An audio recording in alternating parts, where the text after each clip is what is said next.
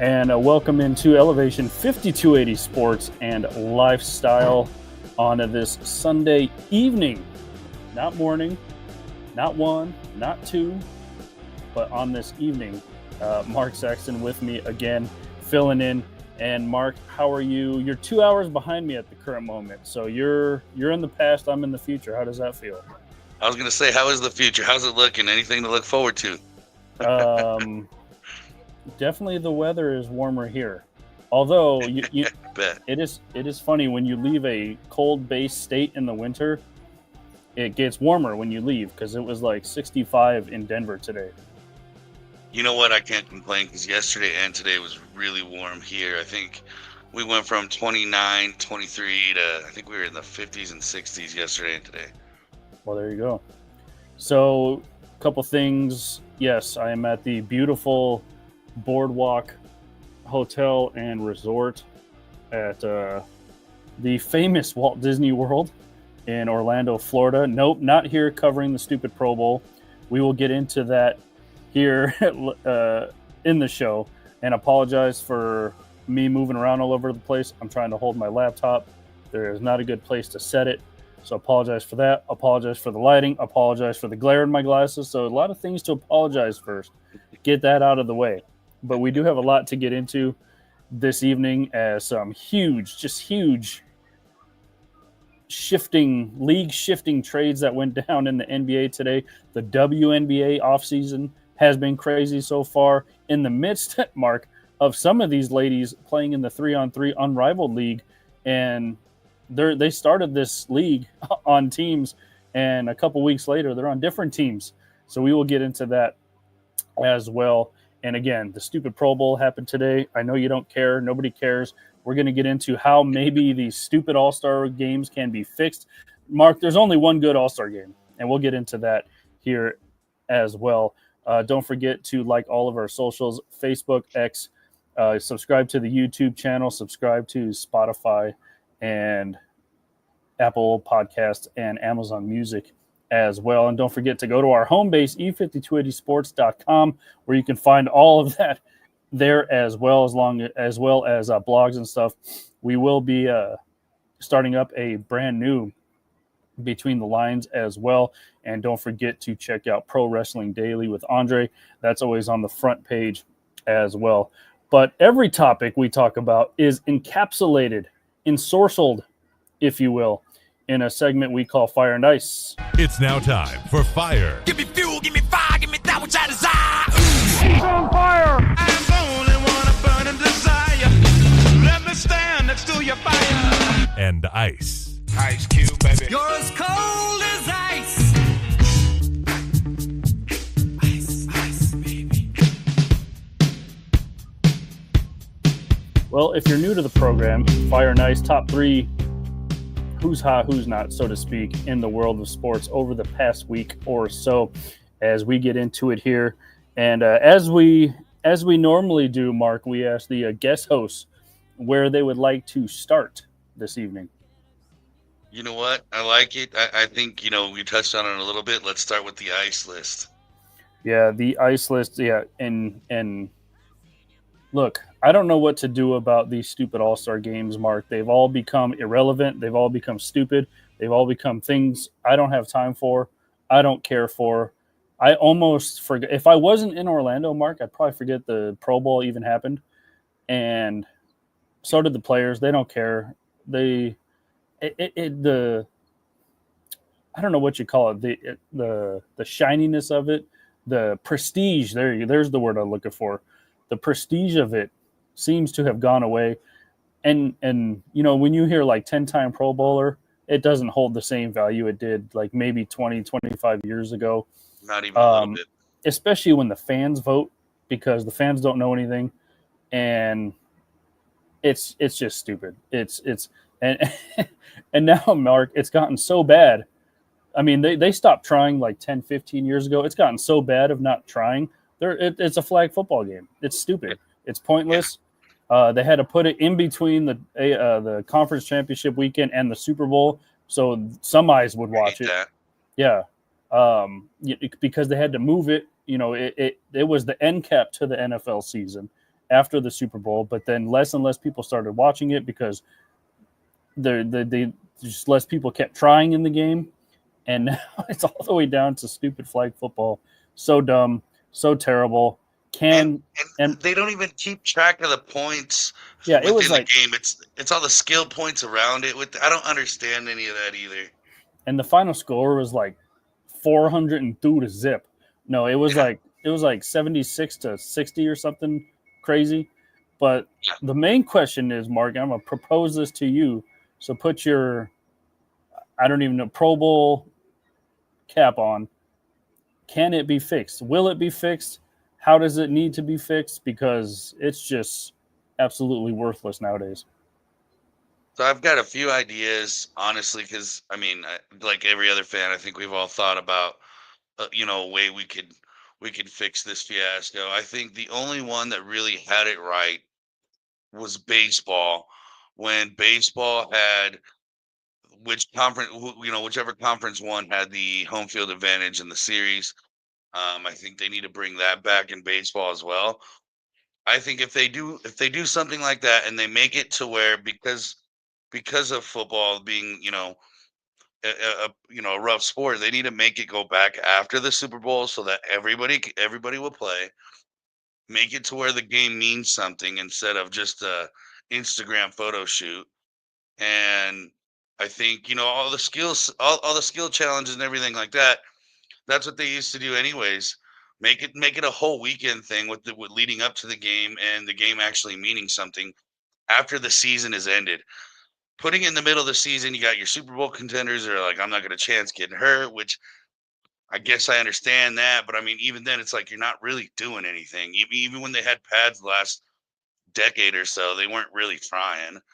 So personally, I think make it mean something, make them earn it again, and put it in a time of the year where nobody has to worry about getting hurt. So if they move it back to after the Super Bowl, like how do they get these players to start trying? I think is the big question, because you could throw pads on and they'll hit each other a little bit. I mean, how do they? I get what you're saying. Move it at the end of the season so they will try, so they can hit each other. They don't have to worry about injuries. But I mean, can you tell guys, look, you gotta hit each other? I mean, do they throw extra incentives into it, like, hey, a linebacker, you got to get 6 tackles in the Pro Bowl. We'll give you an extra 50,000. Like Yeah, what? yeah, that's what I was saying. I think if you throw in there the home field advantage aspect with the winning team gets the money like they used to do. I think it was back in the day they got X amount of dollars for winning the game extra, um, and then have not only incentives but also put in there you know other uh, capabilities to sway. Like I said, home field advantage would be huge. Um, different money incentive types would be huge. I think, like I said, if you just make it mean something other than just like I said, going out and being a photo shoot. Yeah, they have to absolutely do something because it's gotten bad. Like you mentioned, baseball. That's what I was going to bring up. Probably still the best All-Star game out there. NBA worthless. Everyone only really tunes into the 3-point contest and the dunk contest. I mean, even the dunk contest mark has gone down because everyone has done just about every dunk you can do. They got to throw a white guy in there who can't even make it to the pro level in the dunk contest. And after he wins his third straight dunk contest in a couple weeks, he's going to go right back to the G League. So that's stupid. And then they introduced the Steph Sabrina 3-point shootout last year, and that was cool. That they thought of something new. They included the WNBA in it, which is going to get a lot more eyes and a lot more eyes as years go on. We'll get into Caitlin Clark here in a second, but she denied the 3-point contest this year, which understandable. She said she wanted her first 3-point contest to be in the WNBA, which is fine. We'll get to her in a second. So at least they're trying new things to spice it up just a little bit. But Yeah, NBA worthless, NHL. They have all they try to. It almost Mark. It seems like they're masking these competitions with the skills stuff around it, Yep. which I think the skills part gets more actual views and people Than care the about damn that game. stuff more than the actual game. And we'll see what this new NHL Worlds competition will do here in a couple weeks. They're kind of going on a mini Olympic, mini All-Star break for they're not. This is their All-Star break. They're having this Worlds competition. Was it Sweden, Finland, U.S., and Canada? So we will see if that kind of changes the way people view these All-Star games. But like you mentioned, baseball has to say and I agree with you. They need to bring back winner of the MLB All-Star game gets home field. And I get it. A dude on the Rockies, he doesn't care if the NL wins because he's not making the World Series. So he could care less if the National League gets home field advantage, whatever. But that was cool. That was a part of it that I think a lot of players still cared for. And it's so funny. I bring this up every time the Pro Bowl's around, Matt, or Mark, excuse me, I'm doing it again. And that is there's literally only one way to hit a home run.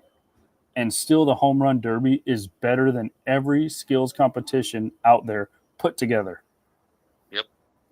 I completely agree. I love the home run derby. I miss I miss the old style rules. I do miss the 10 outs because I think you got more out of the guys when they're not running themselves into the dirt, being tired. Um, but even so, I still love the home run derby. It's exciting. Watch a man with a stick hit a rock 500 feet. You know what I mean? It's great. Well, Tom Glavine and Greg Maddux said it the best, Mark. Chicks dig the long ball. That's That's right. It is true. They do. yeah. Small ball's boring. Yeah. They like big balls. So anyway, so the Pro Bowl garbage, just all of it's garbage. I'm excited to see if they do the 3-point shootout again. I think Steph and Sabrina are going to do it. They're trying to get another WNBA player teamed up with another NBA player. I kind of read that Klay Thompson was sort of flirting with the idea. Besides Klay Thompson, they should throw like Sabonis or Jokic in the 3-point contest. It's kind of crazy that two centers lead the league in 3-point percentage, but that'd be crazy to see a center go in there. That'd be fun. And like you Who said, was in it? Oh, Karl Anthony Towns was in it last year, and he came close. Or did Oh, that's I don't true. Yeah. I don't remember who. He's not technically a center, but he is a big man. So, and I don't remember honestly who won the 3-point contest last year. Me either. Me either. Yeah. See, nobody cares. No, you can't even remember who won it. All I remember is Steph edging out Sabrina. That's what I remember because it's new. It was a new thing, and they brought it in, and it worked. Yep.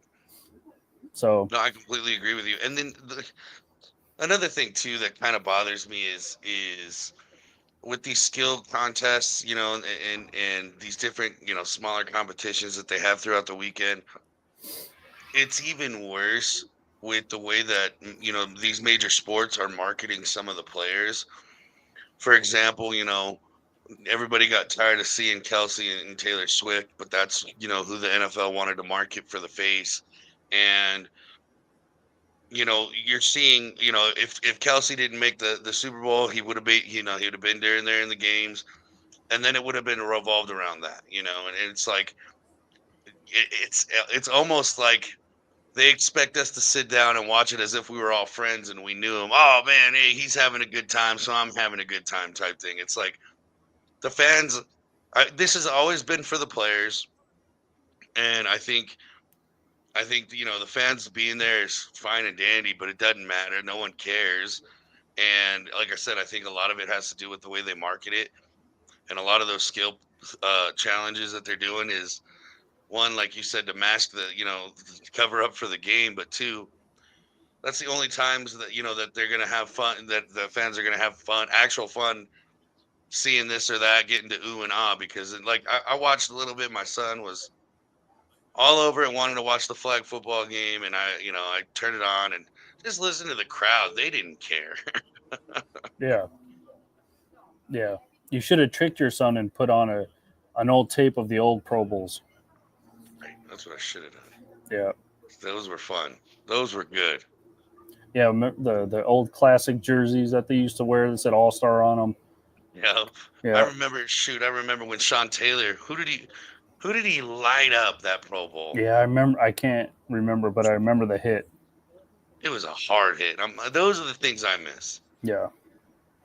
All right, number 2 on the ice list. Speaking of kind of the WNBA, we kind of touched on Unrivaled there for a second, but you know, I checked on ticket prices, Mark. Nowhere close to being in Miami, but I was like, why not? The ticket prices are absolutely ridiculous. I think it's called Wayfair Arena. I know it only holds like 500 or 700 people down there. Not big. They kind of wanted to start out small, see what it was like, see how many, but it was like $500 a seat. Not one, not two. Actually, it was one, but yeah, almost. It was like between $500 and $700 a seat, Mark. And I'm glad they're selling out every night. It's good to see, but you're not going to catch me at an Unrivaled game, unfortunately. No. I'll keep watching it on Max. And what's crazy is I feel like they're doing that to make up for the amount of seats that they have, but it's like at the same time, it's one, let's remember where we're at in life, popularity wise. And number 2 is don't scare away the fans that you do have, man. We're trying to grow this thing. I almost feel like the first game, that first Friday night, seats were like $30, and then they sold out. The TV ratings were up, and they're like, "F it, throw it up to 500." Wow. I almost That's feel, crazy. but it is crazy because Brianna Stewart and Nafisha Collier co-founded this league together. And obviously they have a lot of investors and stuff like that. And it's almost hard to fathom that if they had a voice in it, it was either not heard or they're the ones like, yeah, jack it up. We don't get paid enough during our regular job, so time to get paid now. Got to make up for it somewhere. Someone's got to pay, right? So those ticket prices are absolutely ridiculous, and I just honestly checked it, just to see what it was, and again, nope, sorry. Yeah, that's tough. I didn't realize they were that bad. I read something that I saw that the prices have gone up, but I didn't think they did that. That's wild. Yeah, they are skyrocketed through the roof. So you will not catch me in an Unrivaled game anytime soon. All right, Mark, what you got for the next on the ice list? So first, the number 1 here, and I think this is obviously it's been talked about a lot, but we got to figure out, man. We got to figure out, collectively as a team. I don't know what's going on with the NFL. It's 2025. How can we not spot the ball on first down? How do we not do that? And of course, I'm talking about the Bills and Chiefs, like the rest of the entire nation, except for a 2024 Chiefs fan. I am sick of those kind of calls, affecting the game. And let's face it, the Bills got 2 first downs that drive. Well, what's going on? What do you think? Well, I did not watch that game as much as I watched the first game, but I did see some of the highlights. It looked like Josh Allen got the first down on that rush.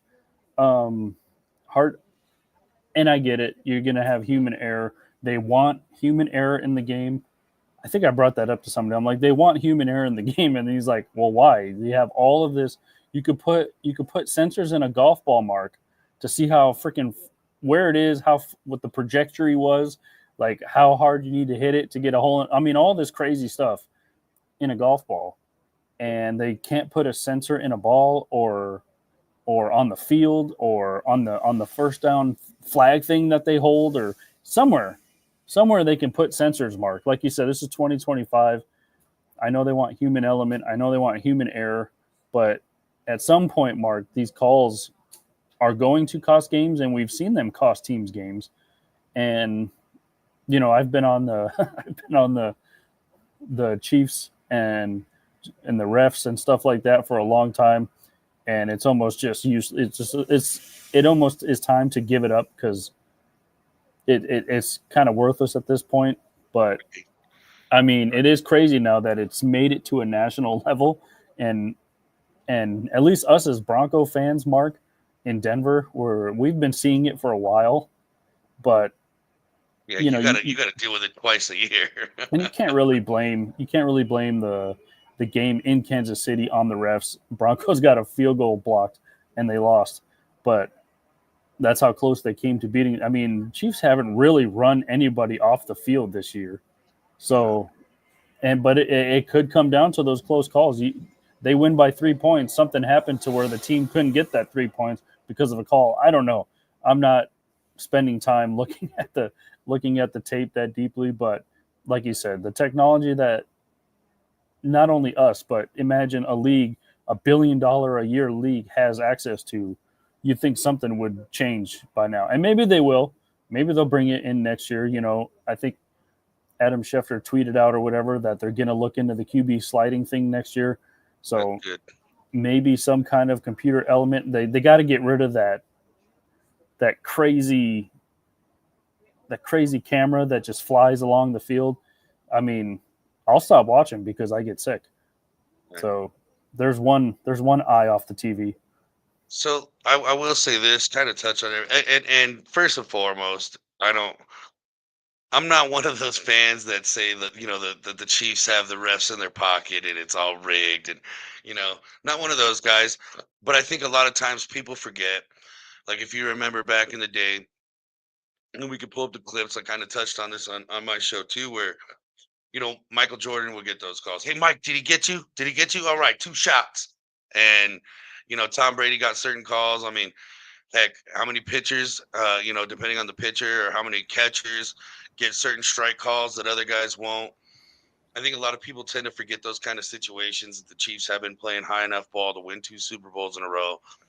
If those players react a certain way, I think that will sway the ref, on a certain call. I love the human effect. I think what we need to do, and this is where I think soccer's right, and like for example, those calls that they make when they go and review them in football, it's not that they're going to do what's right. They're going to do, okay, hey, this call was made, so how can we find enough evidence to overturn this call? I think instead of doing that, they need to do like the VAR, where they go back to the replay and whatever happened, and that's what it is. Hey, this is what happened. This is the call that's going to be made. I think instead of trying to find evidence to, prove the call wrong, we just need to go back and say, hey, you know what? After review, this is what it is. Because, I mean, if you look at it now, the challenge flag doesn't matter. No one cares, unless you're challenging the ball spot. But if everything's going to be reviewable anyways, we might as well VAR it. Just do what's right for the game, not who to overturn. I think it was Knox or Kincaid. They got the first down. He got the first down, the first time around. I think Josh Allen got the first down the second time around. Nonetheless, the Bills still had their opportunity. They still couldn't stop the Chiefs in big moments. That's what makes the Chiefs, is they have key plays in big moments. And I don't know. Like you said, we could track a baseball getting hit, how fast, the launch angle, where it's going to land, how far it went. We could talk to people who are in space. We can launch a rocket and talk to them, but we can't find the ball on first down. This is the problem. Yes, big problem. So, again, maybe they'll look into it. I know they do a lot of tweaking. I have a feeling one of the big things they're going to look at is a stupid kickoff thing, the landing zone. I think people are still confused by that. So we'll see. We'll see what the offseason brings. As we move on to the fire list, we haven't touched on this yet, Mark, and I know it happened a few weeks ago, but baseball has some new Hall of Famers. And Ichiro Suzuki, Mark, I don't know who didn't vote for this dude, but he was 1 vote away from being unanimous. So he makes it in. Obviously well known for his time with the Seattle Mariners. Also had stops in New York and Miami. So he got to play for 2 fish teams. And then Billy Wagner, longtime closer, 424 saves, I want to say. And he skipped around, played for 4 or 5 teams. Probably most notably the Houston Astros and New York Mets. Probably most notably for those 2 teams. And so, going back to Ichiro really quickly, there was just always excitement when he went up to the plate. Mark, remember his first game in Seattle? People weren't sure. He was one of those first, kind of Asian-born players that came over from being a big-time star, in his home country. And a lot of people were like, I don't know. And then obviously kind of paved the way for, the Otanis and et cetera now. But what do you remember about Ichiro? I remember exactly what you're talking about. I remember people saying, "Oh, I don't know about this guy. His numbers kind of don't matter because the Japanese league isn't the MLB." Matter of fact, I remember growing up and I was one of those guys where I'm like, "Man, he's great. Hall of Fame talk," because this was in the middle of his career when everybody was sold on him. Now everybody bought in. And it's like, well, I don't know if you bring in the Japanese league numbers, the MLB numbers, it's never going to be, how can we make this equal? And then he just killed it. He crushed it the rest of his career. Where it's like, come on, there's no denying this man any spot. And dude, I really think that one guy. I didn't vote for him just to be like, hey, it's going to be a goof. I think everybody's going to find it hilarious if I don't vote for him. Because there's no way anybody can say no to Ichiro. That's crazy. Yeah. And then obviously CC Sabathia makes it in, started with the Cleveland. Can we say it? Are we allowed to say it? The defunct, on, right? The defunct Indians. And he got traded to Milwaukee. I remember that playoff push. They traded for him. They made it to the wild card and eventually lost. And then obviously ends up with the New York Yankees, in which he was able to win a World Series title. So congrats to those 3 guys. CC, a big workhorse in his day. And, man, every time he went out there, I mean, can you imagine? I want to say, like, he was like, what, 6'4", like 280. I mean, this was just a huge dude who just went out there and pitched the ball every 4 or 5 days. It might have been every 4 days back when he was playing, but it was, I'm sure it was intimidating for hitters to go up and face CC. And he had the swag about him too. And oh yeah, he was like, he was like one of the first dudes to like wear the cap a little bit sideways. Yeah. I want to talk about this real quick. One of my favorite picks that was made, and I was a little worried for him, was David Wright, third baseman. Longtime third baseman for the Mets, and a lot of people forgot he got sick, ended up with cancer, didn't get to really finish a lot of his career. I think he left a lot of the career on the side because of that. I think it was awesome by baseball to put this man in, because what he did do, up until the point where he physically couldn't play ball anymore, was just great for the game. And I don't think there was an all-star team that never, that said no to him once. It was a beautiful story, and that's why you got to love baseball, beautiful sport. And I think that was just the icing on the cake for this entire inductee list. So, congrats to him, and it's just awesome to see. Happy for him. Yeah, and also Dick Allen and Dave Parker also make it in as part of the what do they call it? Not the Legends. There's a term for it. I don't know. All reaction, zero research here. By the way, Ichiro, he hit 311 for his career, just over 3,000 hits, 117 homers, 780 RBIs. He was not a big power hitter. He was a get on base, steal second, 10-time All-Star, 2001.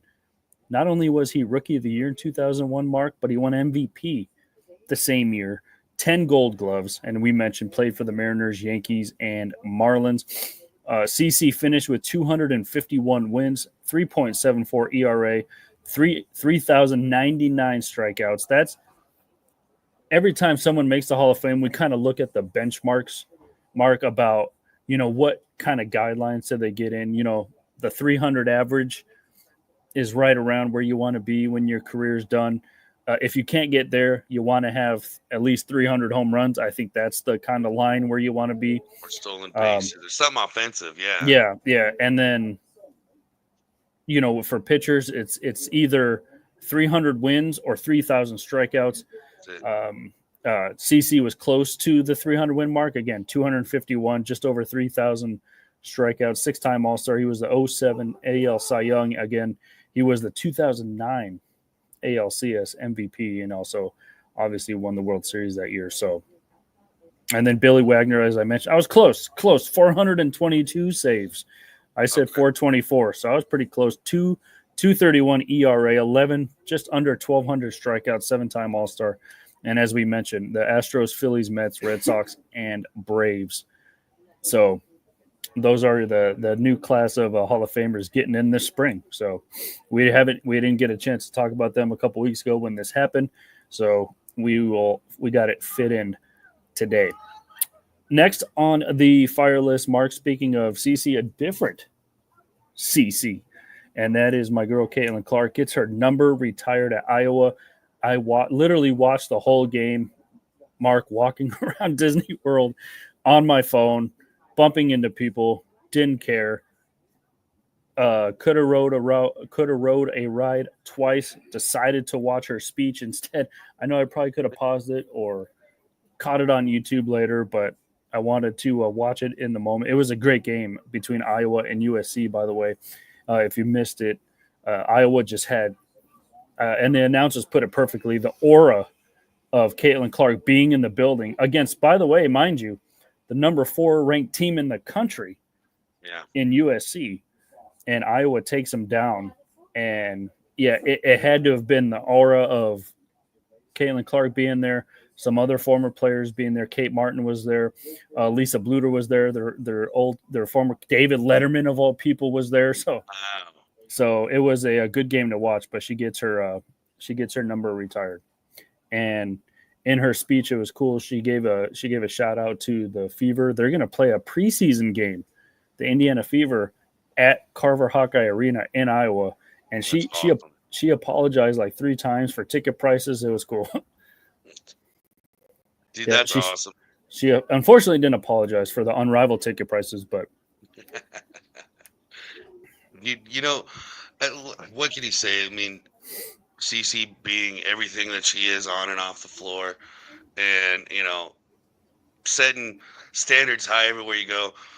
I've said this before, and I'm going to say it again. She's the next big splash for women sports, women athletes.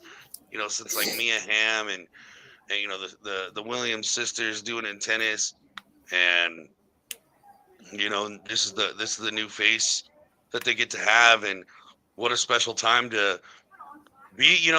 Watch CC do her thing and be around it. And like I said, I think it's great for every young lady behind her, saying, "Look, this is what I can do. This is what I can be," and doing what she has, for women's sports in general. So much deserved. Congratulations, and always a fan of CC.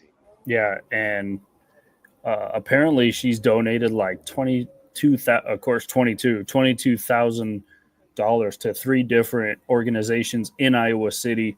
So generous with her time and money. It was funny, they had her on the broadcast in the third quarter, and she was asked if she was going to the Super Bowl. She's like, I might be there, I might not. I might watch it on my couch like a bum, or I might be at the. I mean, that's for a normal person like us, Mark. We're like, yeah, I'm either gonna watch it on my couch or spend thousands of dollars to have nosebleed seats, probably expensive plane tickets. I'm assuming. I don't know. You could get a Southwest deal here and there. But hotels. Yeah, and then somewhere to stay unless you get a rental car and just sleep in that. I don't know. But it's just funny to think. I might go, I might not. To the normal person, you're just like, yeah, I'm not going. Yeah, definitely can't do that. My team's only been in it once. Not my team, but if it was my team, it'd be like, maybe. Right. But yeah, but she is a Chiefs fan, well-documented Chiefs fan, unfortunately. It's the one thing I don't like That's about her it. only But flaw. That's her yeah. only flaw.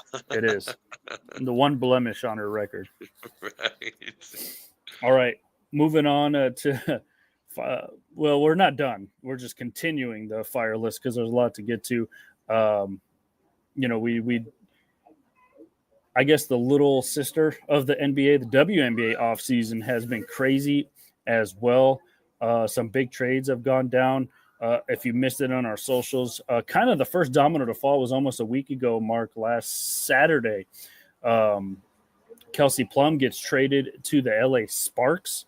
So she kind of joins a team in the rebuild kind of mode. You hope Cameron Brink comes back strong.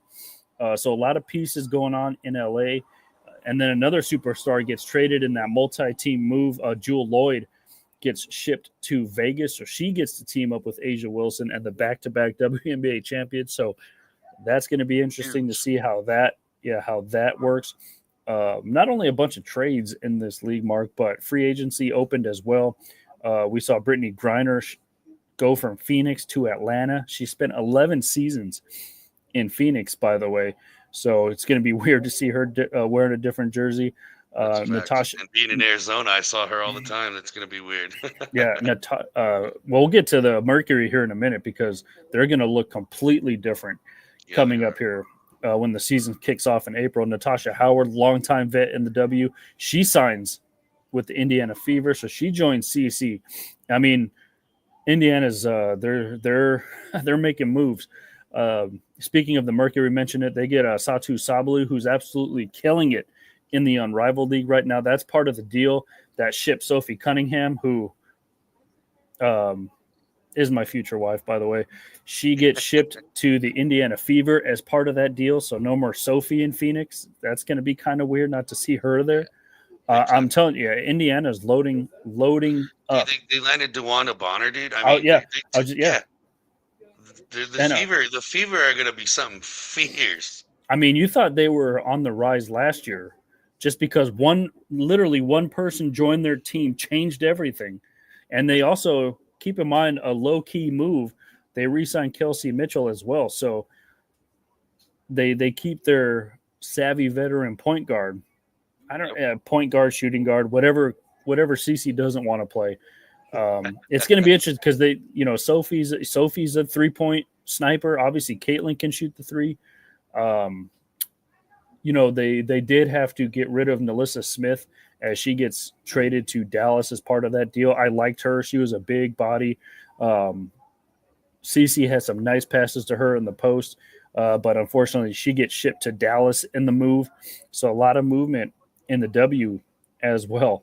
I'm kind of really glad now that not only did I buy the WNBA package last year to watch all these games, so I'm glad I did that. But it's good. I've been looking for a Sophie Cunningham Mercury jersey forever. Can't find one anywhere. Like, you have to custom make it on the website. And I'm hoping that they make one of her Fever. So we'll see.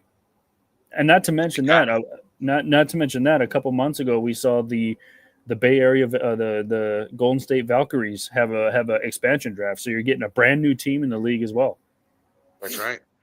The whole sport's heating up, dude. I'm telling you, this is an exciting time to be around it and enjoy some WNBA. I mean, this is good times. Yeah, and man, I like the DeWanda Bonner move. That was smooth. 6-time All-Star. Come on. Yeah. Yeah. And then also Dejanay Carrington, she gets shipped to Dallas as well. Her partner is actually Nalissa Smith, so they're teaming up together, and they're also on the same Unrivaled team as well with the Mist. So now they get to play with each other in the WNBA. So this is kind of in between. And now that the other trade happened in the NBA, because I don't know if this is fire, Mark, I don't know if this is ice, depending on how you look at it, which team won, which team lost. Obviously, the big domino to fall was this morning. It happened at 10:30 your time, Mark, in the PM. Happened at 12:30 where I am. So I woke up with a notification on my phone that Luka Doncic, the 25-year-old, by the way, Luka Doncic, gets traded basically straight up. I know the Jazz were involved in all this stupid crap, but basically straight up for Anthony Davis. Nobody saw this coming. If you saw the very awkward press conference with the Dallas Mavericks GM, don't know his name, and Jason Kidd. Jason Kidd literally said at the press conference he had no idea what was going on. LeBron was not informed. Anthony Davis was not informed. Luka was not. Nobody was informed that this was happening until after it happened, which is absolutely crazy. I'm assuming LA won the pick or the trade just because Luka is like 40 years younger than Anthony Davis. They're both injured. I mean, Luka hasn't played in 2 months, so maybe Dallas knew something about his injury that they didn't want anybody else. I don't know. Anthony Davis, obviously injury prone. He's played a lot more the last couple of seasons. He was crying and whining about the Lakers not having another big man, and then they ship him off. You don't have to worry about it. Well, it's crazy because he goes to a team with two pretty good big men in Daniel Gafford and I forgot his name, the backup center who I know he got a concussion earlier in the season. Derek Lively, I think his name Lively. is. I like those two guys too. Every time the Nuggets play them, I'm like, I get scared because they're just huge human beings in the paint. I think the Mavs lost, dude. I'm sorry. They lost this trade. I think in all honesty, they wanted to get rid of Luka because maybe some money issues. I don't know. I don't really know their financial, status right now, but getting AD on any trade and, the only winner is the one who's able to get rid of him and that contract. I don't think he's finished the season since his second year in the league. He's just a guy he's starting to turn into LeBron where, he's first to go down, first to leave the game, sluggish coming back down the floor when it's time to be on defense. I'm not impressed by AD. I lost a lot of respect for him over these last few years. Being basic, being on, what do they call it? Time management or whatever, basically a snap count. And it's like, it bothers me. It's like, dude, you're in the NBA. You went to the Lakers. You had great opportunities to be something, and you just wanted to get paid and not show up pretty much. And Luka, I hate to see that. I hate to see him go into LA, but it's gonna be different. It's gonna be LA won. LA was smart on that trade. Completely win. No questions asked. Question is, will LeBron be able to even play with Luka by the time Luka is ready to play? That's gonna be the question. It's funny. One of the guys in my basketball chat bet me $1 that Jokic would eventually team up with Luka in LA when Joker's contract is done. I'm like, dude, he's gonna retire when his contract's up. Like, he's not. I don't think he's ever gonna sign another contract. He doesn't even want to be here. He wants to ride horses in this pasture. He's going to play out the rest of this contract. He just turned 30, so he's won a title. He's got his money. I said, if Luka didn't come here and I say here as in Denver, then they ain't ever playing together. Well, and can you really imagine Joker in the blue, in the gold and purple? Be a whole different album, but dude. I would quit. I can't. It's crazy. I can't imagine him in anything but.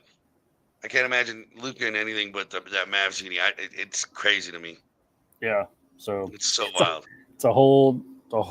I mean, it literally shook not only the whole NBA world, Mark, but the entire sports world has been talking about it. I don't know if you saw the reaction of Kevin Durant.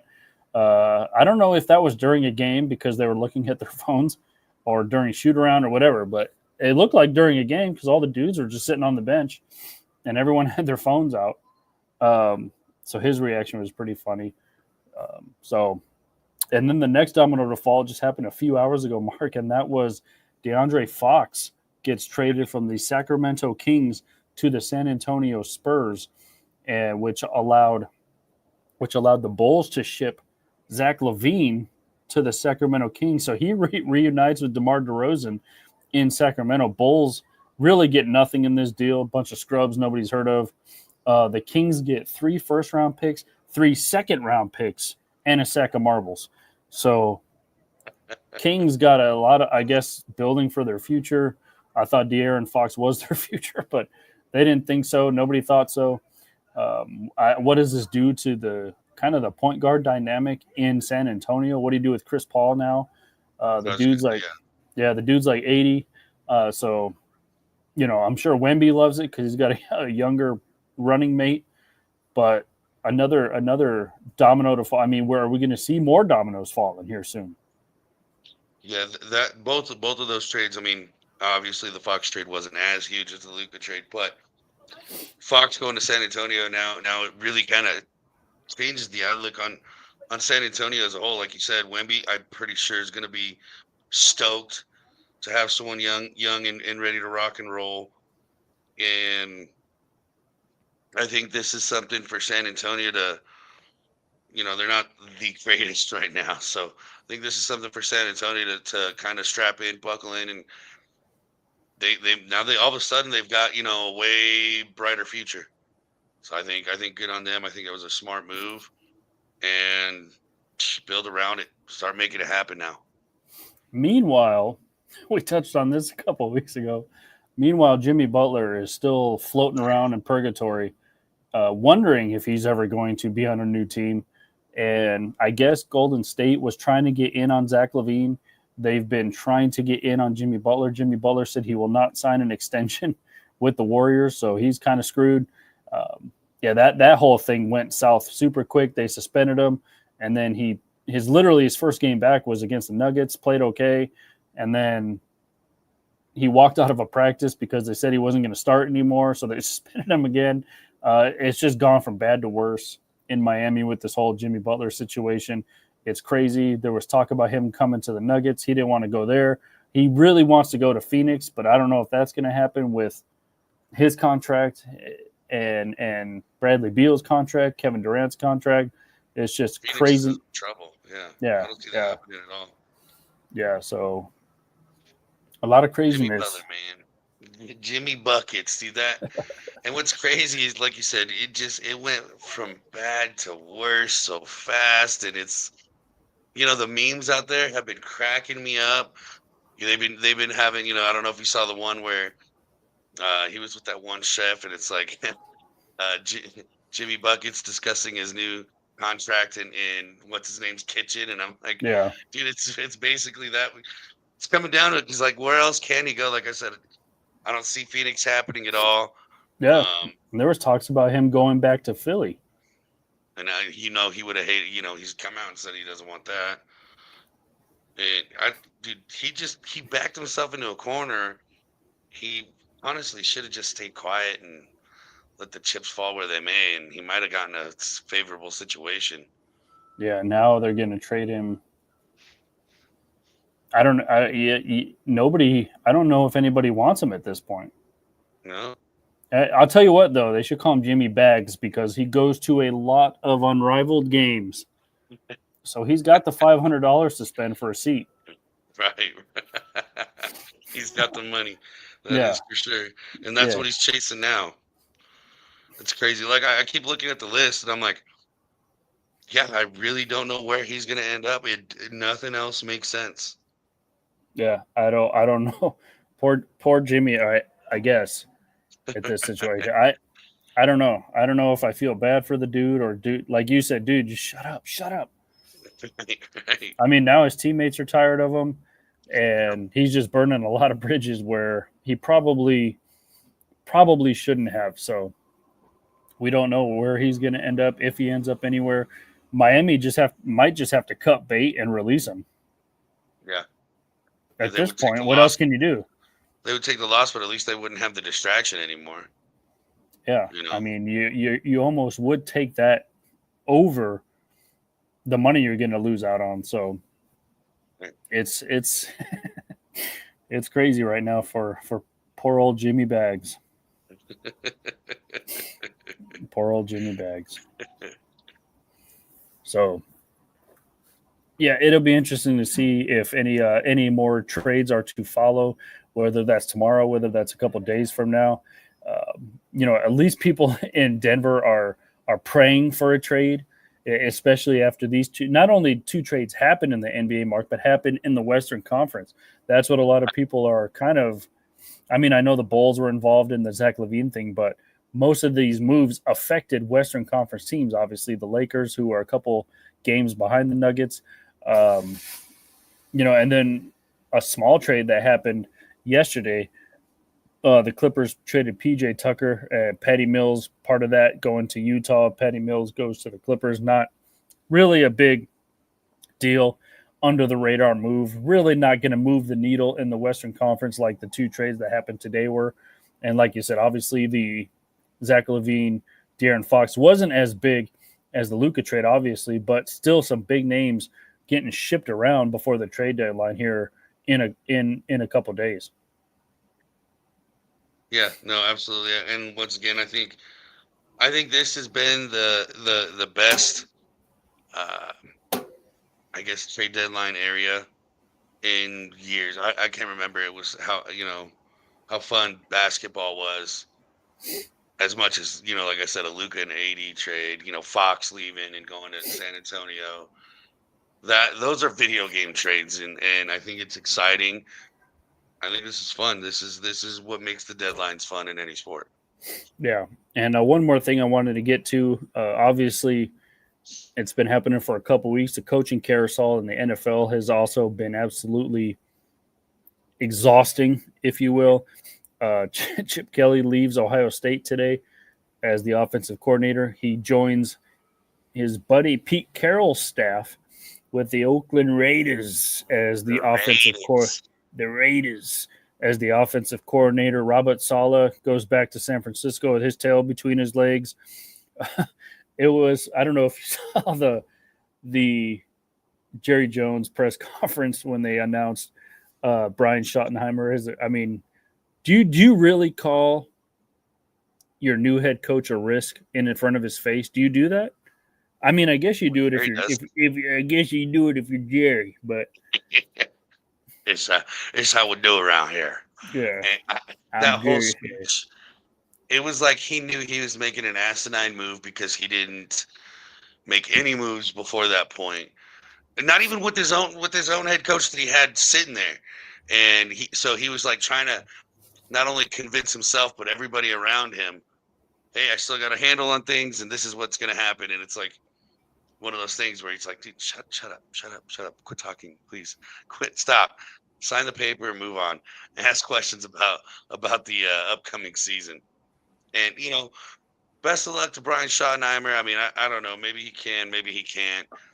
But not a good start when your coach is trying to talk about, or when your owner's trying to talk about how much of a gamble he's taking on you. Yeah. Basically told him to his face, hey, you might not work out. But I'm Jerry Jones. I'm going to make the move anyway.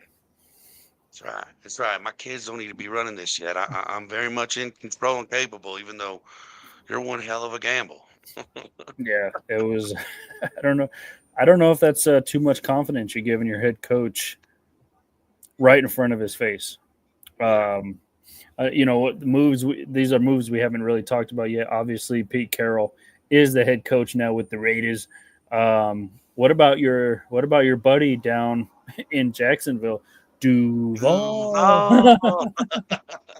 What a goober. Liam Cohen doing his best Russell Wilson impersonation. Broncos country, let's ride. It was almost as cringy as that.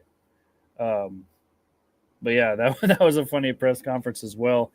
I know probably 98% of people haven't even heard of Liam Cohen unless you live in the state of Florida.